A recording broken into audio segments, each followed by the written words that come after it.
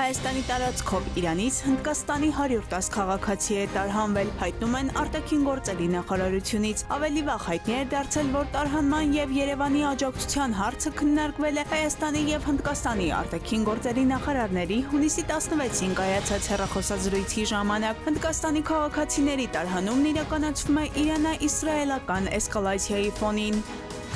Հայաստանի կենտրոնական բանկի խորհրդի նիստում որոշել են անփոփոխ թողնել վերաֆինանսավորման տոկոսադրույքը, պահպանելով 6,75%-ը։ Կենտրոնական դրամատան ղեկավարի տեղեկացմամբ այս տարվա երկրորդ եռամսյակում 12 անգամ գնաճն արագացել է, մայիսին դառնալով 4,3%։ Միաժամանակ ավելացել է նաև 12 ամսյա բնականոն գնաճը, որը կազմել է 2,8%։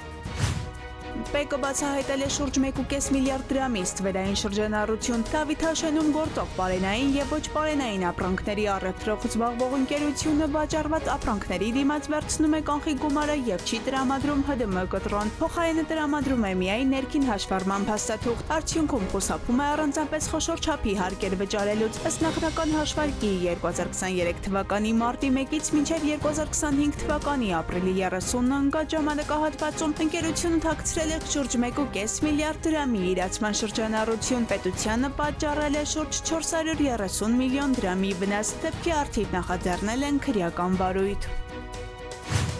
Ներկայացվել է հայ ֆիլմի վերագործարկման նախագիծը, որի նպատակն է զարգացնել ազգային կինոարտադրությունը, ներդրումային հոսքեր ներգրավելով եւ ստեղծելով համագործակցության նոր ձևաչափեր մասնավոր հատվածի եւ միջազգային գործընկերների հետ։ Կրթության, գիտության, մշակույթի եւ սպորտի նախարարը այցելել է հայ ֆիլմ կինոստուդիա ծանոթանալու պայմաններին եւ խնդիրներին։ Նա կարեւորել է ժապավենների մաքրման եւ թվայնացման անհրաժեշտությունը, նշելով, որ գործընթացը պետք է լինի պետության անմիջական վերահսկողությամբ։ Հեծանվավազքի կազմակերպման համար դպրոցներին տրամադրվել է շուրջ 6500 հեծանիվ։ Կրթության, գիտության, մշակույթի եւ սպորտի նախարարությունից հայտնում են, թե փոխվում են կրթության բովանդակությունն ու մեթոդները, որպեսզի երեխաների համար սովորելը լինի հետաքրքիր եւ օգտակար։ Հասմիկ Անտոնյան, ժամը լրատվական։